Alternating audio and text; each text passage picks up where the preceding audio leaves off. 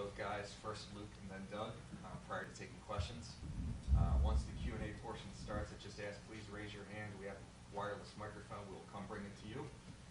We are streaming this live on BC-Eagles.com, so please would ask you to wait for the microphone. Following that, the Q&A portion will have brief availability one-on-one with each participant. With that, I'll turn it over to Luke.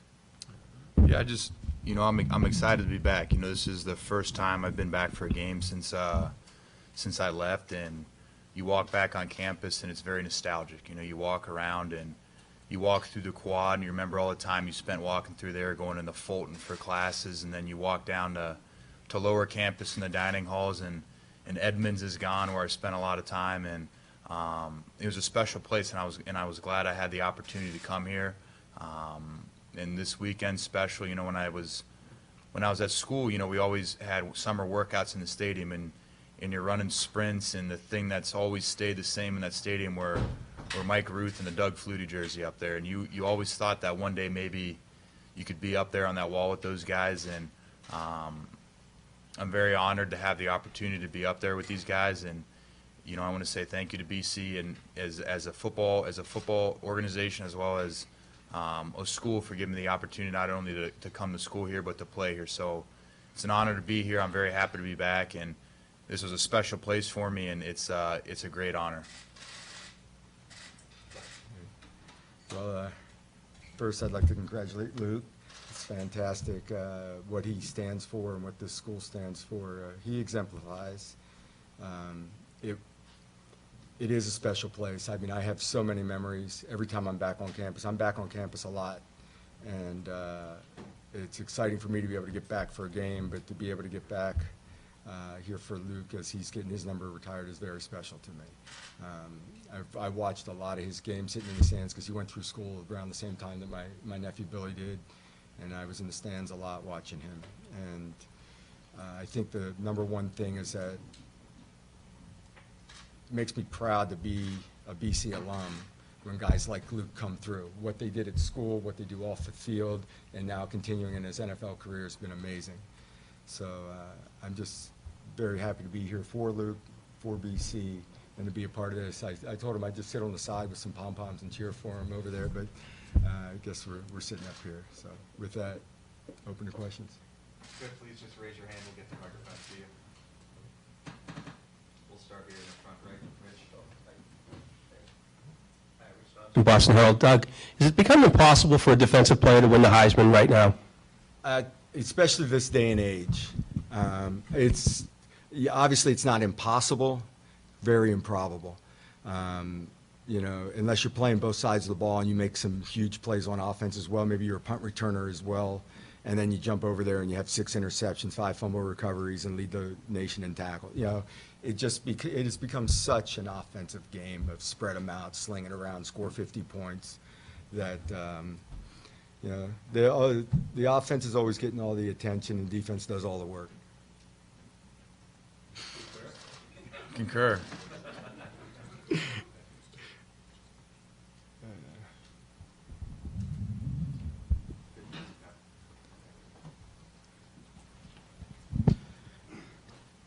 From BC-Eagles.com. Luke, talk a little bit about who influenced your decision to come to BC and who were some of your biggest influences while you were here before you left to head to the NFL.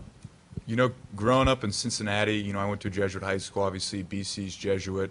When I was looking to get recruited, we had a bunch of guys up here from St. Xavier High School.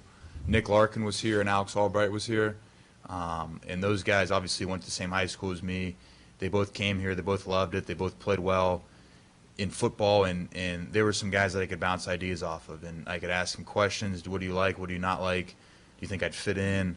The academics were very attractive to me, and I thought being in Boston was cool. And, my parents always talked about you need to go to a school that's going to provide you with something after football, and BC has done that. And, while at school, I think that I had some good people here to help me out. And, player-wise, obviously Mark Herzlich was great. Mike Morrissey was a linebacker that was very good to me. He kind of showed me how to do everything, whether it was around campus, where to eat, where to wash your clothes, where to do laundry, where to how to get down the Cleveland circle, small stuff like that, and then Wes Davis. Wes played safety for us, great player, even better person that really just showed you how to be successful playing football. You know, we'd sit up there in the meeting room behind you, and I'd watch film with Wes, and he'd show me different things, and his locker was right next to mine, so he treated you like a young guy, but once you earned his respect, it was all good. And you know, I had a guy named Bill McGovern that was here. He was our linebacker coach and D coordinator. Obviously, football-wise, he was very intelligent. He understood the game front and back. He knew what we were doing. He knew what the other team was doing. That part was great. But I think what makes a good coach is, does he connect with guys off the field? And he knew every guy in the team. He knew what they were doing. He knew what classes they were taking. He knew about their families. And to have a coach that took a personal approach to each individual guy is important. And I still talk to him. I talked to him last night. I talked to him, you know, quite a bit. And he was great for me. He was great for all the guys in our team because he's a coach, but at the same time he's a guy that you can go up and talk to, and he'll listen to what you say, and he's usually got good advice for you. Go front right here. If I was being rude, I was actually just reading a story I wrote about You you did. a million years ago. Yeah. And in that story, you were talking about how when you came here, you thought you were just going to get redshirted like everybody else. And is it still kind of surreal, kind of the path you've taken from what you were able to do at BC, the awards you're able to win, the career you've had in the NFL, having your jersey retired now? You know, you come in with expectations and goals. I think they're two different things. You expect maybe, you know, like I said, you get redshirted, but your goal is to play well. And for me, like I said, I had a lot of good people around me, and I was kind of pushed into that role when I first got here. You know, obviously, Mark's situation was going on, and Mike McLaughlin got hurt, coming off an injury, I should say. We had a couple other guys get banged up, and you know, I came in when I was getting recruited. I thought I was going to be way low on the depth chart. I came in and 4 guys got hurt and couldn't play, so I got pushed right in. And for me, luckily, I had those guys like Coach McGovern and Wes and Mike Morrissey and Mark Herzlich that showed me how to do things the right way, and that helped me out. And even going into the NFL is kind of the same way. We got a guy in Carolina named Thomas Davis. That's a special guy, and just a good dude. And he's a great player. He's a good person. He shows you how to do things the right way. And we got a guy named John Beeson too, all-pro guy, Pro Bowler, played with Carolina forever, and good dudes that were good at football and showed you how to get things done both on and off the field. And the two things that are similar between here and the NFL was I had guys that helped me out. And that's the biggest thing I think I'm thankful for, is that those guys provided me that opportunity as well as helped me through it. We'll go back and Luke, questions for you. Some guys have incredible ability out there, but one of the things that characterizes your game, watching you on Saturdays or now on Sundays, is your motor, your ability not to give up on plays. How is that something you're able to do, and is that something you can pass along to, obviously, BC players now? I think that's one thing that BC stresses is effort and want to and working hard, and I think it kind of encompasses all those things. And if you were dogging it, Bill McGovern let you know, and that was something when you take a play off and everyone on the whole team can see it, that's the worst feeling. And you don't want to be the guy that's taking it off and running slow, and maybe you could have picked up a fumble or you could have made a tackle that would have prevented a big play, and that's just, you want to be around the ball, you want to make plays, and that's how you do it, is by playing hard. And we in Carolina are the same way. If you get popped on the video or on the tape of slowing down, guys let you know about it, and Thomas will let you know about it too. So we've got Bill McGovern did it here. If you weren't playing hard, he'd let you know, and not just let you know. I think he can tell you to do something, and if you don't understand why, that's an issue. And he made sure that guys always understood why he wanted you to do something, and the why really always came down to, you're not the only guy in the field, and people are relying on you to do your job. And if you take a play off, it's kind of a slap in the face to the other guys in the team that are trying hard to play well and make plays and win games. And if you're the guy that's slouching off and being a bum, then kind of letting those guys down. We'll go front right back to June. I know the circumstances are really good, but I'm just curious. It couldn't have been the plan for it to take this long for you to get back to campus, right? Now, I've been back a few other times. This is the first time for a game, just kind of based on how bye weeks line up and whether we're home or away. It kind of depends on that. But I came back for school. I came back maybe a year or two ago, and then I've been. This will be my third or fourth time back up here. But the first time for a game, I went to a game in North Carolina down in it was against the Tar Heels a couple years ago. So it's hard sometimes for you to line up with your bye week with an open date for these guys. We'll go all the way to the back of the room. Dan Roach from WBZ. Doug, start with you. Just a thought on, all the honors you've had in your career and looking back on it now, what does it mean for you to have your number retired here? And Luke, what will it mean for you to be amongst the players like Doug, and you mentioned Mike Ruth and some of the all-time greats? I think, and Luke touched on it, that your number's up there, and all the players that come through here look up and see it, and you take a lot of pride in that. Pride of putting your mark on a program or having your name affiliated with the program, and to let it live on a little bit. I don't know, I had tunnel vision back then, so whenever all these awards are being thrown at you or honors are being cast on you, the significance of it didn't resonate to me until years later. And it's such an honor to have the number hanging out there and know that, years down the road, even when I'm gone, that it's up there. And it's a pretty cool thing. I would agree kind of with what Doug said about, the tunnel vision. When you're in it, you don't notice it as much, and I would kind of draw that comparison to the time at BC. You don't ever miss something until it's gone, and this is kind of like my time at BC. You loved it while you're in it, but you don't realize how much you miss until it's gone, and it's kind of the tunnel vision I would like to think that Doug was talking about. Right now it's a cool deal. I take a lot of pride in it. It's a great honor. It's really neat, but I think as time progresses, the cooler it'll get and the more that it'll mean. And like you said, it's always up there, and hopefully they keep it up there and don't take it down. So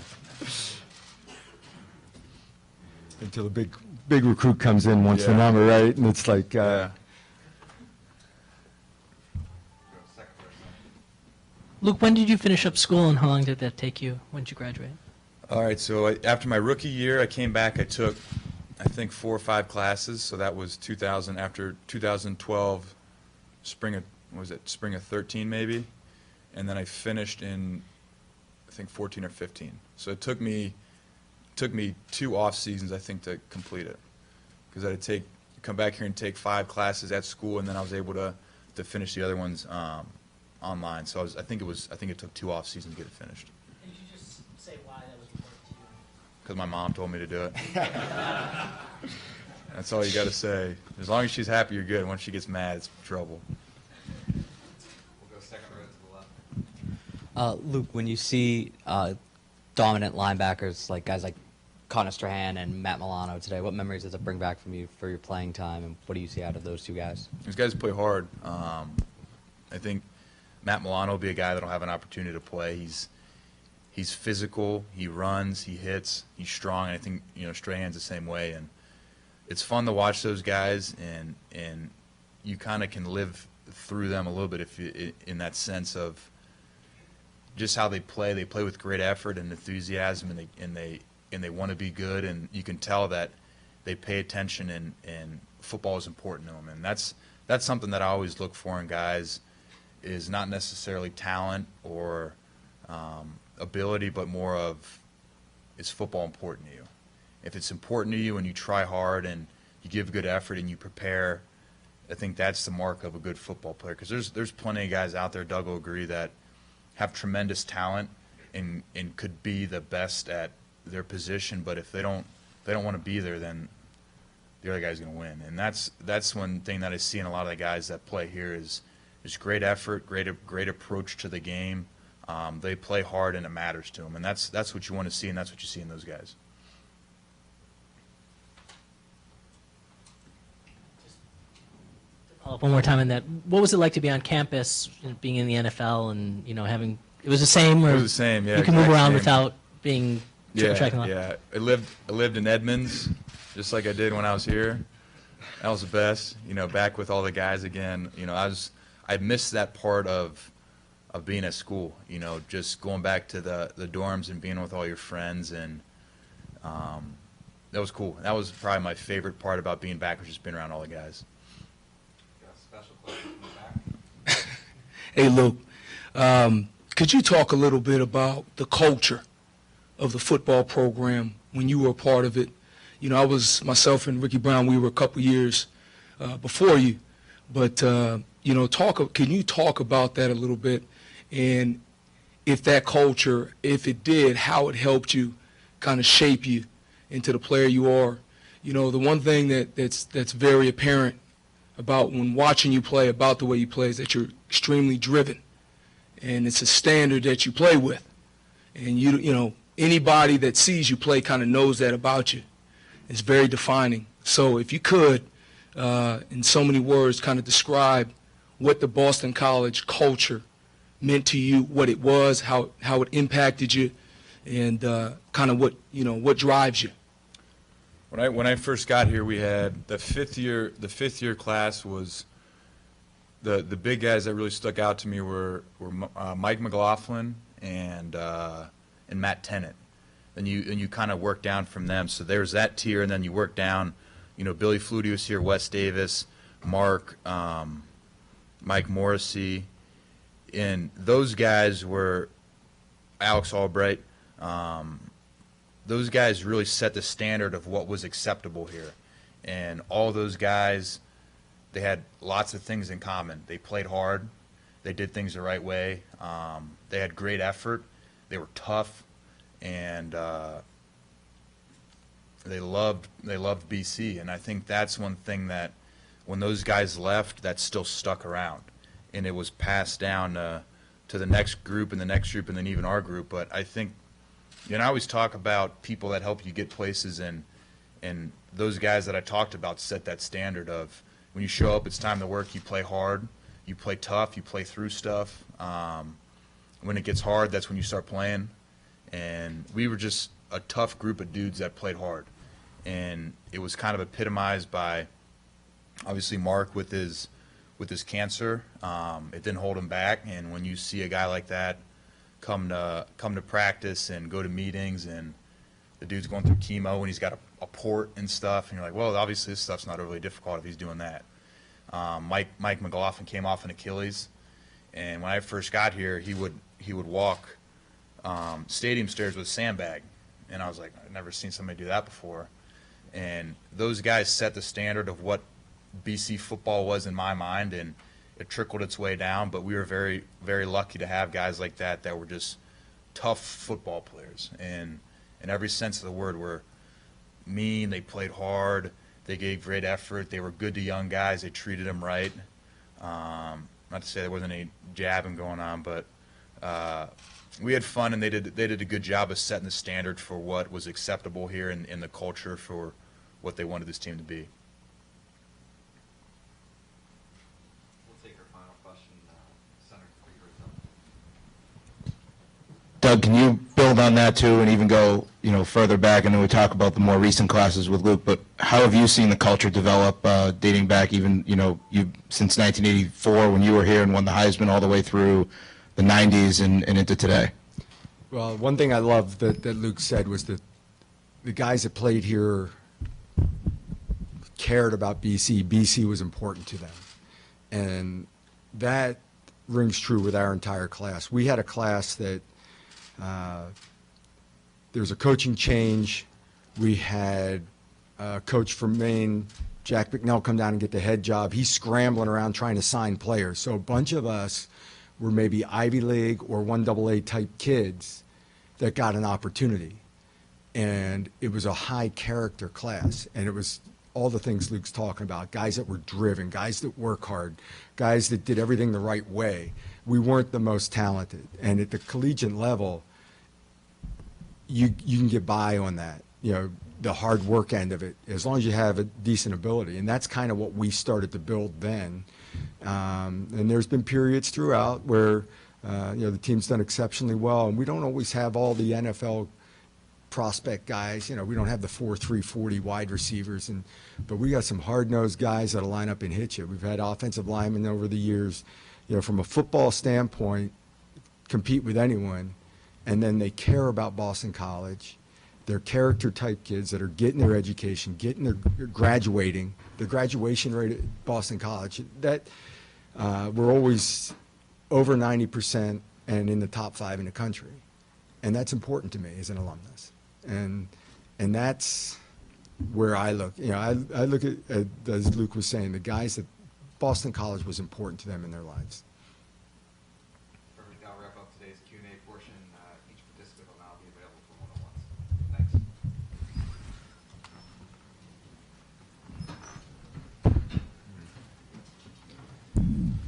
Easy enough. Good job.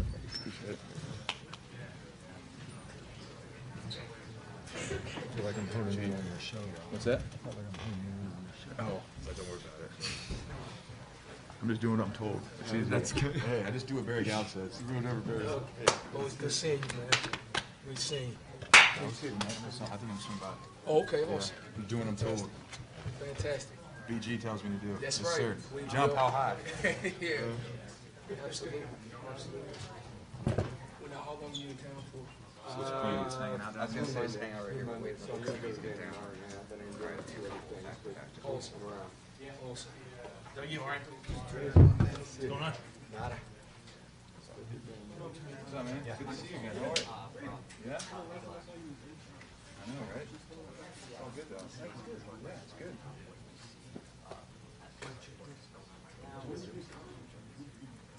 Oh, yeah, he's good, dude.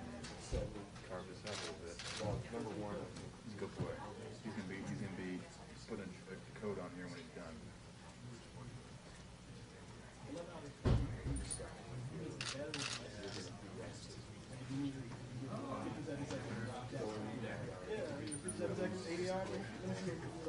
It's just, the ball goes out.